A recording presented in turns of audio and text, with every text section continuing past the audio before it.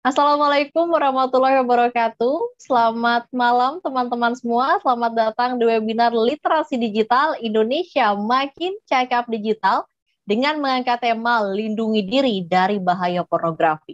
Perkenalkan, saya Ratih Aulia selaku moderator yang akan memandu acara ini sampai dengan selesai. Kemenkominfo telah menyusun peta jalan literasi digital tahun 2021 hingga 2024 yang menggunakan sejumlah referensi global dan nasional. Melalui Gerakan Nasional Literasi Digital yang akan diadakan di seluruh penjuru tanah air, Kementerian Komunikasi dan Informatika menyajikan berbagai tutorial atau kiat dalam menggunakan internet yang produktif dan bertanggung jawab. Konten positif dan edukatif dalam program ini diharapkan dapat menangkal konten negatif di dunia maya. Sehingga dengan pesan ini diharapkan Gerakan Nasional Literasi Digital yang akan diadakan di Provinsi Sulawesi tidak hanya menciptakan provinsi cerdas, tetapi juga membantu mempersiapkan sumber daya manusia yang lebih unggul dalam memanfaatkan internet secara positif, kritis, dan kreatif di era industri 4.0. Masyarakat diharapkan dapat memproses berbagai informasi, dapat memahami pesan, dan berkomunikasi efektif dengan orang lain dalam berbagai bentuk, hingga akhirnya membentuk pola pikir dan pandangan kritis kreatif. Pada kesempatan ini, Kemenkominfo dan Gerakan Nasional Literasi Digital Cyber Kreasi akan mengadakan sesi webinar Indonesia Makin Cakap Digital dengan tema Lindungi Diri dari Bahaya Pornografi. Webinar ini ditujukan untuk masyarakat wilayah Provinsi Sulawesi Barat, khususnya di Kabupaten Mamuju, dengan tujuan untuk mengenalkan pentingnya literasi digital kepada masyarakat dan juga program-program serta kurikulum literasi digital yang dimiliki oleh Kemenkominfo dan Cyber Kreasi. Sebelum kita masuk ke sesi utama, saya ingin memperkenalkan pembicara kita yang luar biasa pada hari ini. Pembicara kita yang pertama, Afri Arifudin Maser, yang akan membahas mengenai budaya digital dengan tema kecanduan internet, mengelola budaya digital yang produktif. Kepada Mas Syarif, kami persilahkan.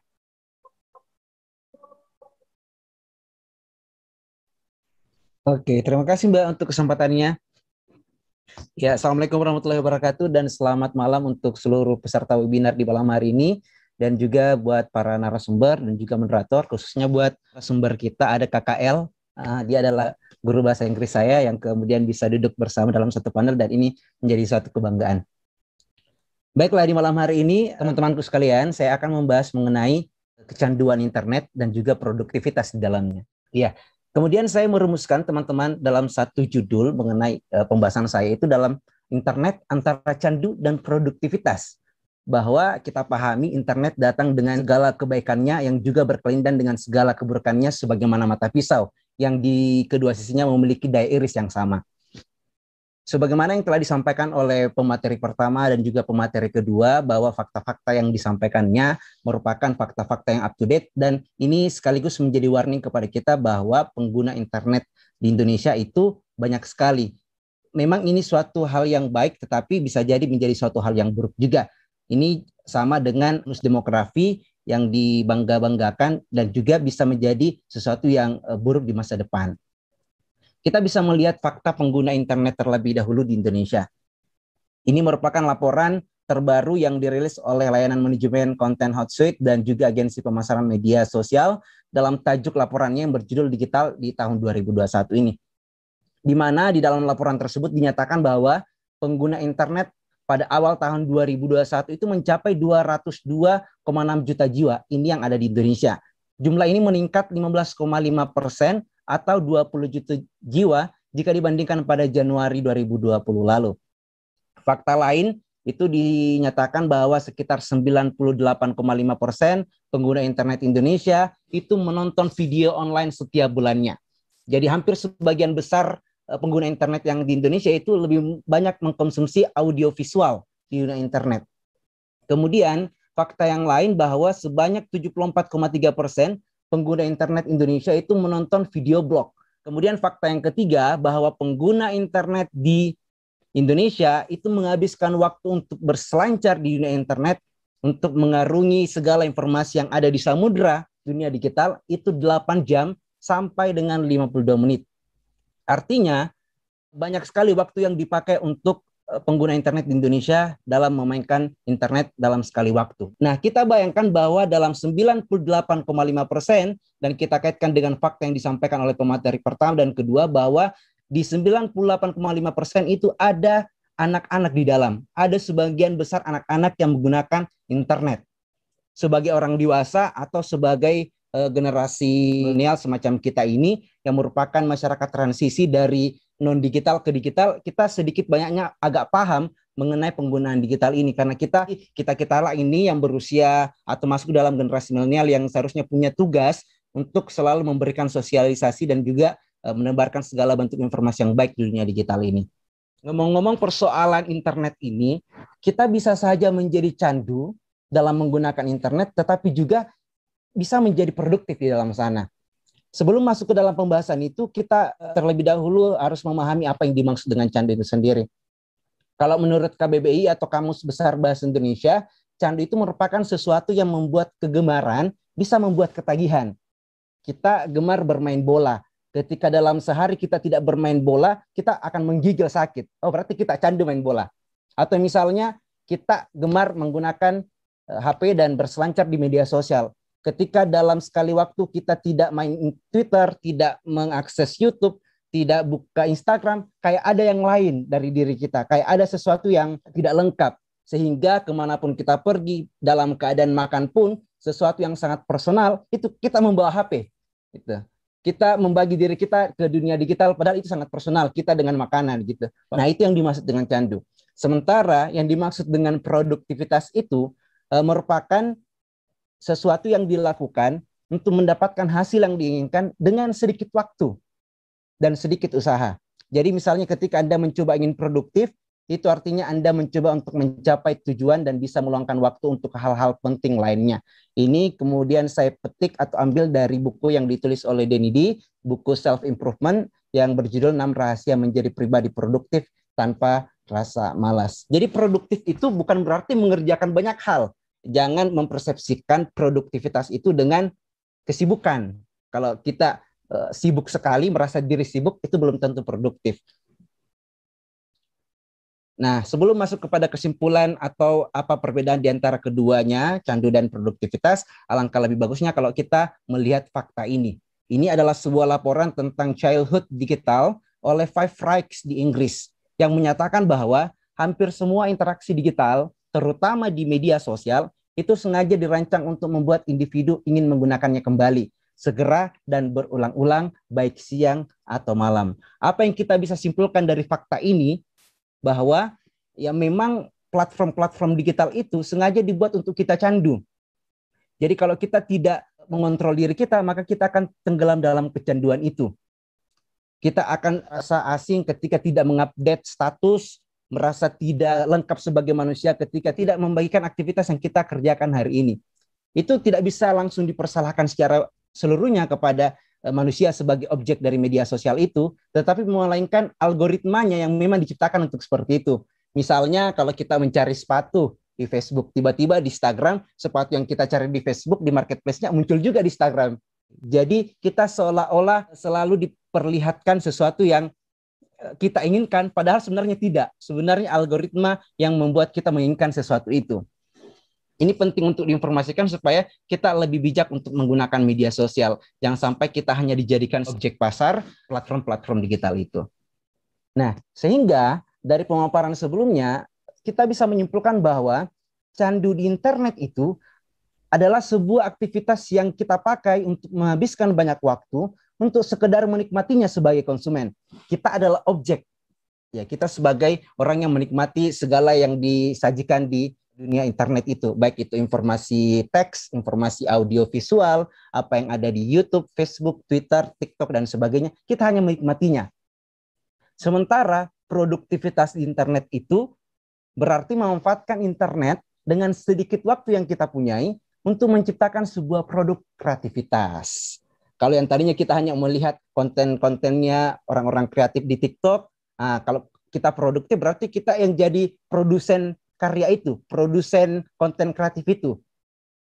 Nah, itu perbedaannya. Jadi, alih-alih kita menghabiskan banyak waktu di internet untuk sebagai konsumen dan candu terhadapnya, alangkah lebih bagusnya kalau kita produktif di dalamnya. Karena produktif di dunia internet itu akan mendatangkan hal-hal yang baik, berupa ketangkasan pikiran, kecakapan kebijaksanaan kita dalam melihat segala sesuatu pun kita bisa dapatkan kalau kita bisa produktif di media internet. Karena tema besar kita pada malam hari ini mengenai bahaya pornografi yang menyasar anak-anak, maka selanjutnya saya akan menerangkan sedikit banyaknya mengenai bahaya candu internet bagi anak-anak. Setidaknya ada 3 hal yang menyerang anak-anak, dan sebenarnya juga ini bisa menyerang orang dewasa sebenarnya. Yang pertama, pada hal mental. Orang yang candu atau anak-anak yang candu terhadap internet ini akan kemudian memiliki sifat yang sangat cemas terhadap segala sesuatu. Misalnya ketika dia ingin memposting karyanya, cemas kalau tidak disukai, cemas kalau dapat like yang sedikit, atau misalnya ketika melihat keberhasilan orang lain, misalnya temannya sudah ada di luar negeri, dia masih di situ-situ saja padahal sudah S2, itu kemudian cemas. Internet membawa persepsi-persepsi baru yang membuat kita tidak mencintai diri kita sendiri. Jadi kalau kita tidak punya mental yang cukup kuat, maka kita akan melihat diri kita sebagai sesuatu yang tidak lengkap. Yang kedua adalah kita akan kemudian insecure terhadap diri kita. Sebuah hal yang membuat kita tidak mencintai diri kita. Kita merasa tidak setara dengan orang lain. Kita cuma di Mamuju, sementara mereka ada di kota-kota besar. Itu adalah hal-hal yang insecure di dunia maya. Nah, padahal seharusnya setelah adanya dunia digital ini, adanya internet revolusi 4.0, itu menjadi kesempatan untuk kita untuk mendapatkan akses yang sama. Kita tidak lagi dibatasi oleh sekat ruang dan waktu, bahwa apa yang didapatkan oleh teman-teman yang ada di Amerika, di kota metropolitan seperti Jakarta, bisa juga kita akses, bahkan di kota Mamuju, karena kita tidak terbatas ruang. Jadi tidak ada lagi alasan misalnya bahwa keterbatasan informasi menjadi satu alasan untuk kita tidak berkembang. Kemudian hal yang lain adalah terlalu banyak menggunakan internet itu akan menurunkan konsentrasi kita, khususnya barangkali anak-anak. Cobalah misalnya kalau teman-teman punya anak-anak yang sudah memakai gawai dengan waktu yang lama, coba panggil dengan sekali panggilan, itu biasanya belum menoleh kalau sudah terlalu sibuk dengan teleponnya. Artinya tidak fokus ya. Selain barangkali karena candu internet, barangkali kurang minum air putih juga. Nah, selanjutnya, pada segi fisik, orang yang candu terhadap gawai dapat mengakibatkan gangguan mata akibat radiasi cahaya layar telepon genggam. Itulah mengapa kita harus memakai kacamata anti radiasi atau memakai screen protector di gawai kita supaya radiasinya atau cahayanya itu tidak terlalu mengganggu mata kita. Karena melihat layar telepon genggam dengan durasi yang lama itu secara pelan-pelan akan mempengaruhi daya penglihatan kita. Kemudian yang kedua, postur tubuh jadi tidak ideal. Kalau kita terlalu sering menunduk, maka leher kita itu atau punggung kita akan membungkuk gitu. Makanya ada yang disebut sebagai generasi membungkuk karena terlalu sering bungkuk gitu. Hal lain yang barangkali pada sisi fisik adalah pola tidur yang tidak teratur. Nah, tidur ini menjadi satu indikasi hidup kita itu bisa ideal. Kalau kita membiasakan diri menggunakan gawai dengan durasi yang panjang, menjadi makhluk nokturnal yang hidup di malam hari tetapi tidur di pagi hari kayak kelelawar, ganggu fisik kita. Kita akan lebih tidak sehat, jantung kita terganggu dan sebagainya, dan mempercepat angka kematian. Kemudian yang terakhir, interaksi sosial kita itu berkurang di dunia nyata. Kita selalu merasa bahwa media sosial di dunia digital ini mendekatkan orang yang jauh. Pada kenyataannya di dunia nyata justru menjauhkan orang yang ada di dekat kita. Kalau misalnya kita dalam satu meja dengan teman-teman, ayo nongkrong, ayo meet up yuk, kemudian datanglah beramai-ramai, ada 8 orang di situ dan 8-8-nya itu menggunakan HP. Tujuan utamanya untuk ngobrol, jatuh-jatuhnya ke HP masing-masing. Ada yang bermain game, ada yang bermain media sosial, ada yang sibuk untuk melihat sudah berapa like postingannya atau sudah berapa chip yang dia dapatkan dari bermain game apa lagi namanya yang ada chip-chip yang biasa dia jual gitu. Nah, itu ternyata dampak sosialnya juga. Selain daripada itu akan menimbulkan yang disebut juga sebagai krisis empati, ketidaksanggupan kita untuk menciptakan rasa empati kepada orang lain. Sebagai objek seksual para predator seksual. Jadi anak-anak harus sedari dini itu diberikan edukasi mengenai penggunaan internet. Itulah mengapa literasi digital ini oleh Kominfo adalah sebuah program yang sangat keren sekali. karena ini memberitahukan kepada halayak banyak tentang bagaimana menggunakan media digital dengan literasi. Dan ini juga penting untuk disampaikan kepada anak-anak kita mengenai sex education. Jangan lagi kita menjadi orang tua yang tabu untuk membahas itu. Karena ketika kita tidak membiasakan diri untuk membahas pendidikan seksual, anak kita itu ketika dia berangsur-angsur menjadi besar, itu dia tidak punya pahaman mengenai seksualitas. Misalnya bagian tertentu di dalam tubuhnya yang tidak bisa disentuh oleh laki-laki, baik itu oleh saudaranya, oleh pamannya, bahkan ayahnya sendiri. Dia tidak boleh terlalu gampang berkomunikasi dengan orang yang dia tidak kenal, meskipun pada awalnya orang itu bermaksud baik. Nah, itulah tadi 3 hal, dan kita masuk ke dalam hal yang lain adalah manfaat dunia digital bagi produktivitas. Jadi bukan hanya hal-hal negatif sebenarnya, karena dunia digital juga itu ada hal-hal yang bisa membuat kita produktif, artinya positif. Yang pertama, marilah kita menjadikan dunia maya itu sebagai portofolio virtual dengan mengarsipkan karya di dunia digital, misalnya di sosial media Instagram, page Facebook, kanal YouTube, TikTok, dan sebagainya. Nah, misalnya kalau teman-teman suka dengan dunia kepenulisan, misalnya, atau hasil-hasil karya Anda dalam bentuk tulisan, postinglah di media sosial Anda. Itu sekaligus menjadi portofolio virtual bahwa orang akan tahu siapa Anda gitu, meskipun tanpa menjelaskan Anda siapa. Kemudian misalnya kalau Anda suka memasak, bikinlah konten memasak. Gitu. Anda akan menjadi cakap di bidang memasak. Selain daripada itu, dunia digital juga itu dapat kita jadikan sebagai self-branding atau membangun citra diri. Kita mencitrakan diri kita sebagai apa di media digital. Ini ada kaitannya dengan poin pertama tadi, supaya kita bisa dikenal oleh orang lain sesuai dengan apa yang kita ekspektasikan. Tentunya tidak terjebak dalam kebohongan-kebohongan di dunia digital. Kita menampilkan diri kita sesuai dengan kemampuan-kemampuan kita saja. Jangan sampai kita menampilkan sesuatu yang sebenarnya kita sendiri tidak mampu. Gitu. Nah, ini juga sebagaimana misalnya Mbak Gadis tadi itu bikin akun Instagram untuk parenting. Nah, itu yang saya maksud dari apa yang disampaikan ini, untuk membuat sebuah konten-konten produktif di media digital. Nah, kemudian yang ketiga adalah kita bisa menjadi cakap pada bidang tertentu dalam belajar dengan mengikuti situs, kanal YouTube, akun Instagram, utas di Twitter, dan sebagainya yang fokus membahas pada satu hal. Misalnya kalau kita mau paham mengenai cara mendidik anak, maka kunjungilah akun Instagram dari Mbak Gadis misalnya. Kalau kita mau paham tentang psikologi anak, maka kita kunjungilah media sosialnya Mbak Putu. Atau misalnya kalau kita mau paham mengenai remaja, pemberdayaan manusia di desa, dan sebagainya, kita kunjungi Yayasan Karampuang di kanal-kanal media sosialnya. Dan kita bisa cakap atau pandai atau bahkan pakar dengan mengikuti situs-situs yang membahas satu hal itu tadi. Nah, ini merupakan slide kedua dari terakhir, yaitu cara untuk tetap produktif di dunia digital. Ini sedikit lebih teknis dan biasanya dipakai oleh para konten kreator atau mereka yang menasbihkan dirinya sebagai orang yang ciptakan konten-konten kreatif. Yang pertama adalah atur jadwal unggahan. Ini supaya kita bisa produktif. Biasanya misalnya kalau hari Senin posting ini, di hari Kamis posting ini, dan sebagainya. Kemudian yang kedua, fokus, jangan multitasking. Meskipun ini barangkali dimarahi saya emak-emak ini ya, sama ibu-ibu. Karena biasanya kalau ibu-ibu itu multitasking itu bukan masalah ya, karena mereka memang terbiasa untuk multitasking. Mengerjakan segala sesuatu secara bersamaan. Kemudian yang ketiga adalah mengontrol jadwal pemakaian internet atau gawai dengan aplikasi. Kalau kita orang tua ada anak, itu pakailah aplikasi Screen Time Parental Control. Atau sebagaimana yang disampaikan Mbak Putu tadi, watch time untuk mengontrol pemakaian internet kita. Itu biasanya kalau aplikasi yang semacam ini, kalau misalnya kita sudah tentukan untuk media sosial sekian jam, kalau misalnya sudah sampai, maka internetnya terputus dan sebagainya. Ini membantu kita untuk mengontrol kita dengan internet. Kemudian slide yang paling terakhir,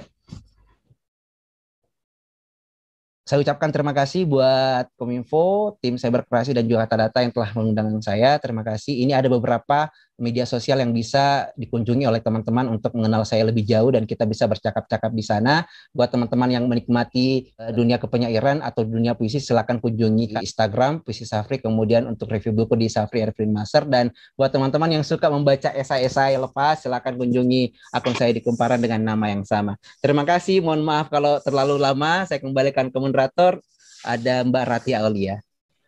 Terima kasih Mas Syafri atas pemaparannya terkait dengan kecanduan internet mengelola budaya digital yang produktif. Tadi disebutkan ya Mas ya bahwa orang Indonesia ini rata-rata berselancar setiap harinya 8 jam 52 menit. Dan kita ini ternyata memang tadi ada penelitian yang menyebutkan bahwa hampir semua interaksi digital terutama media sosial sengaja dirancang agar kita gunakan secara berulang-ulang. Bener banget Mas, karena kalau kita di Instagram kita lagi buka tentang drama Korea, nanti yang muncul drama Korea semua seperti itu ya Mas ya. Ya betul sekali Mbak. Oke, kemudian juga harus dibedakan antara candu dan juga produktif, di mana candu itu menghabiskan banyak waktu untuk sekedar menikmati, sedangkan produktif memanfaatkan internet dengan sedikit waktu untuk menciptakan sebuah produk yang kreatif. Baik, sekali lagi saya ucapkan terima kasih Mas Syafri atas pemaparannya yang luar biasa untuk teman-teman semua. Nanti kita akan lanjut di sesi tanya jawab dengan Mas Syafri. Terima kasih Mas. Membacakan pertanyaan-pertanyaan yang sudah masuk dari teman-teman. Yang pertama ada dari dari M. Ilham Adit Pramudia bertanya untuk Mas Syafri. Katanya seiring perkembangan teknologi dan informasi, banyak anak muda yang lebih menyukai budaya luar ataupun budaya barat dibanding dengan budaya Indonesia sendiri. Bagaimana cara mengedukasi generasi muda untuk lebih mencintai dan menghargai budaya sendiri dibandingkan budaya barat? Adakah hal-hal yang perlu ditekankan agar generasi muda lebih produktif dan kreatif? Silahkan Mas Syafri. Oke, baik Mbak, terima kasih. Buat penanya tadi, yang penting kiranya untuk dipahami, jangan selalu melihat budaya luar itu sebagai budaya yang negatif, dan selalu melihat budaya yang ada di dalam negeri sebagai budaya yang positif. Ini perlu kita perbaiki cara melihat ini, supaya kita tidak antipati terhadap budaya-budaya yang lain, karena biasanya budaya itu selalu berafiliasi. Nah, kita harus mengingat bahwa budaya itu sesuatu yang selalu bergerak. Karena kalau misalnya kita anggap budaya Timur adalah suatu budaya yang positif, bisa jadi kita terjebak dalam pikiran-pikiran yang biasa disebut oleh Tan Malaka sebagai logika mistika, percaya terhadap tahayul yang membuat bangsa kita itu sulit terlepas dari keterjajahan. Itu pernah disampaikan oleh pendiri bangsa kita. Sementara budaya Barat itu membawa pola perilaku berpikir untuk lebih logis misalnya. Dan ini bukan suatu kemunduran atau suatu hal yang negatif. Artinya di segala sisi budaya itu memiliki hal-hal yang baik pula. Bukan berarti budaya yang ada di Indonesia itu budaya buruk, tidak sama sekali. Kita adalah sebuah negara multikultural dengan beragam agama, suku, ras yang terdiri dari banyak bahasa yang patut untuk kita banggakan. Tetapi kemudian kalau menganggap bahwa budaya Indonesia itu merupakan satu-satunya budaya yang harus kita ikuti, itu menjadi suatu pertanyaan tersendiri untuk kita. Karena jangan sampai kita mengkungkung pemikiran kita untuk satu sumber pengetahuan saja, sementara sumber pengetahuan itu luas. Kita harus terbuka terhadap hal-hal tersebut, ya, supaya kita tidak close minded untuk kemudian melihat segala sesuatunya yang datang dari luar itu menjadi hal yang buruk. Oke, baik, terima kasih Mas Syafri atas jawabannya. Tadi pertanyaannya dari M. Ilham Adit Pramudia, semoga menjawab ya. Kemudian pertanyaan yang kedua dari Cita Audi Utami Sipahutar, masih untuk Mas Syafri, bertanya, adakah tips yang bisa Anda berikan untuk kaum muda agar tetap kreatif dan produktif di era digital agar kami dapat menjadi manusia yang kompetitif dan berkompeten? Iya, baiklah. Jadi sebagaimana yang saya sampaikan tadi, bahwa kita sebenarnya sekarang tidak lagi terbatas oleh sekat dan waktu. Kita bisa mengakses pengetahuan yang disampaikan berpuluh tahun yang lalu ataupun pengetahuan-pengetahuan yang ada di tempat-tempat lain. Tugas kita adalah bagaimana terus untuk memperkaya diri supaya kita cakap dalam sesuatu yang kita inginkan, supaya kita pakar dalam bidangnya, supaya kita bisa expert terhadap satu hal. Karena expert untuk banyak hal rasanya sukar ya.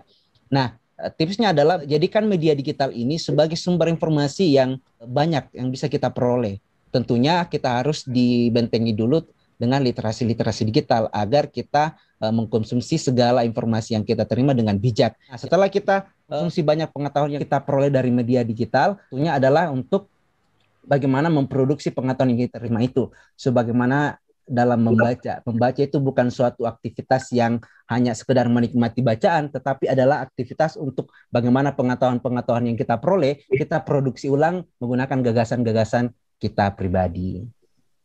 Oke, baik. Terima kasih Mas Syafri atas jawabannya untuk Cita Audi Utami Sipahutar. Kita ke pertanyaan selanjutnya, masih untuk Mas Syafri dari Mahmud Khairil Soleh. Mahmud Khairil Soleh bertanya, halo Mas, kalau dilihat dari materi yang Mas Syafri tampilkan, tadi ada data sekitar 98,5%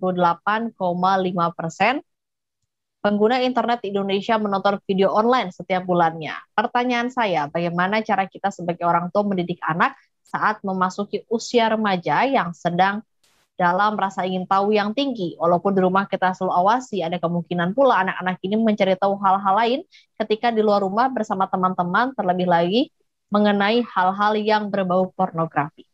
Silakan Mas Syafri. Oke, baiklah. Sebenarnya pertanyaan ini agak lebih tepatnya diberikan kepada Mbak Putu dan Mbak Gadis, tapi izinkan saya untuk menjawabnya. Apalagi kemarin 2 hari yang lalu, pertama saya baru saja lahir, dan saya kemudian masuk ke dalam kehidupan yang baru sebagai orang tua ini, dan mempersiapkan diri untuk menjadi seorang bapak. Nah, yang penting untuk kita pahami bahwa sebagaimana yang telah disampaikan, kita tidak bisa 100% menghabiskan 24 jam waktu kita dengan anak.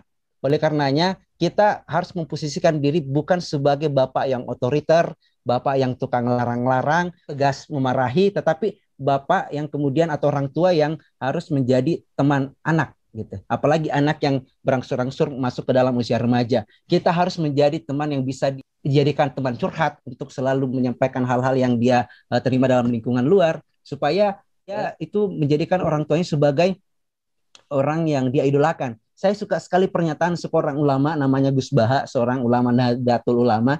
Dia menyampaikan bahwa jangan sampai anakmu mengidolakan orang lain. Jadikanlah dirimu sebagai idola dari anak-anakmu. Karena sebagaimana yang disampaikan oleh Mbak Gadis, anak-anak itu meniru. Seiring perkembangannya dia meniru. Jadi kalau kita menampilkan diri sebagai orang yang otoriter, menampilkan diri yang tidak akrab dengan anak kita, maka dia akan besar untuk kemudian mencari hal-hal yang dia inginkan di luar sana. Orang tuanya hanya dijadikan sebagai bapak biologis, tetapi ideologi yang berkembang yang diterima oleh dirinya itu ditemukan di luar. Yang bahayanya kalau dia menemukan lingkungan yang tidak tepat. Itulah kenapa kasus-kasus broken home misalnya itu berkembang banyak, karena itu tadi. Orang tua hanya mampu kemudian menciptakan anak biologis, tetapi tidak bisa menciptakan anak ideologis dan sebagainya. Saya pikir itu, Mbak. Oke, baik. Terima kasih Mas Syafri sudah menjawab 3 pertanyaan dari teman-teman di sini. Semoga menjawab pertanyaannya dan juga memberi manfaat tentunya. Terima kasih Mas Syafri sekali lagi. Kita pada hari ini saya akan sedikit menyimpulkan terkait tema tadi yang sudah dibahas oleh narasumber yang luar biasa, yaitu lindungi diri dari bahaya pornografi. Yang pertama, kita juga harus sadar bahwa internet ini juga memiliki manfaat untuk anak-anak, salah satunya mudah mendapatkan informasi, mempermudah komunikasi, memudahkan proses belajar, dan menstimulasi kreativitas. Namun ada batasannya terkait dengan penggunaan gawai ini. Umur 0 sampai 1,5 tahun hindari pemakaian gawai, 1,5 sampai dengan 2 tahun kurang dari 1 jam, 2 sampai 5 tahun 1 jam, sedangkan di atas 6 tahun tentukan batasnya sendiri dari orang tua dan juga anak. Ada bahaya pornografi pada anak. Yang pertama, meningkatkan kemungkinan anak melakukan aktivitas seksual di bawah umur. Kemudian, desensitasi terhadap rangsangan seksual yang menyimpang. Kemudian, meningkatkan kecenderungan melakukan kekerasan seksual. Kemudian, yang terakhir, adiksi yang menghambat aktivitas sehari-hari. Candu dan produktivitas dalam menggunakan internet harus bisa kita bedakan, di mana candu menghabiskan banyak waktu untuk sekedar menikmati saja, sedangkan produktivitas memanfaatkan internet dengan sedikit waktu untuk menciptakan sebuah produk yang kreatif. Pendampingan orang tua pada anak saat menggunakan internet sangatlah penting, seperti membuat peraturan, kemudian juga melakukan mediasi dan akses internet bersama. Internet dan handphone bisa memberikan manfaat sebenarnya jika kita menggunakannya dengan bijak. Baik, sekali lagi terima kasih kepada para narasumber yang sudah memberikan jawabannya. Semoga teman-teman memiliki pemahaman literasi digital yang lebih baik lagi.